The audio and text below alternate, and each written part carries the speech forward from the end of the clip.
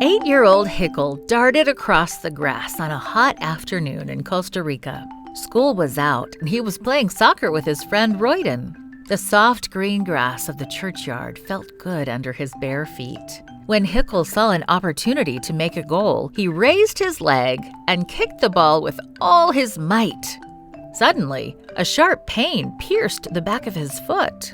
Lifting his leg, he peered under his foot. A dark brown snake with white stripes was dangling from his heel. Hickle's eyes widened with horror, and he screamed, "Ah!" At that moment, the snake let go of his foot and slithered off into the grass. Hickle's foot hurt, but he ran home as fast as he could. He was scared. "Mother!" he cried. "A snake bit me!" His mother heard his cries and ran out of the house. She was scared too. She saw the 2 marks left by the snake's fangs on his heel. Hickle's mother frantically called his father on the phone. His father came home from work and took him to the clinic. The doctor pulled out a syringe and gave Hickle an injection. Then he looked at the boy with concern. "Do you feel all right?" he asked. Hickle didn't look well. He didn't look well because he didn't feel well. Thump! Hickle fainted and fell to the floor. No one knew what kind of snake had bitten the boy. Was it dangerous? Was Hickle's life in danger? People ran to the churchyard to look for the snake. After a short search, the snake was found in the grass behind a small shed that served as the church's kitchen. "It's a baby velvet snake!"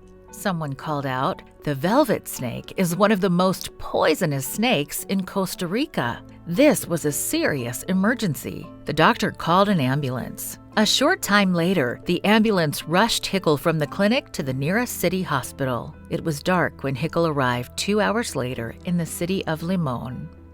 It was scary being in the hospital. It was scary having a big, swollen foot. Hickle asked his mother to pray to God for help.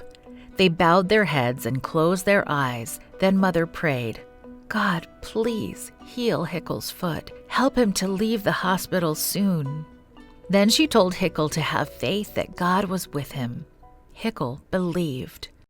On his 3rd day in the hospital, Hickle felt fine. He was very happy. He knew that God had heard his mother's prayer and healed him. Back home at last, Hickle learned that the whole town had learned about his snake bite and astonishing recovery. Everyone was amazed to see the healthy and happy boy. "It's a miracle," someone said. "There is a God who takes care of children," said someone else. The next Sabbath, 9 people came to church after hearing how God had answered Hickle's mother's prayer. They all gave their hearts to Jesus and got baptized. "Hickle is happy to be alive. God saved me from the snake," he said. Part of this quarter's 13th Sabbath offering will help open a center of influence in Costa Rica that will teach children about the power of prayer. Thank you for planning a generous offering.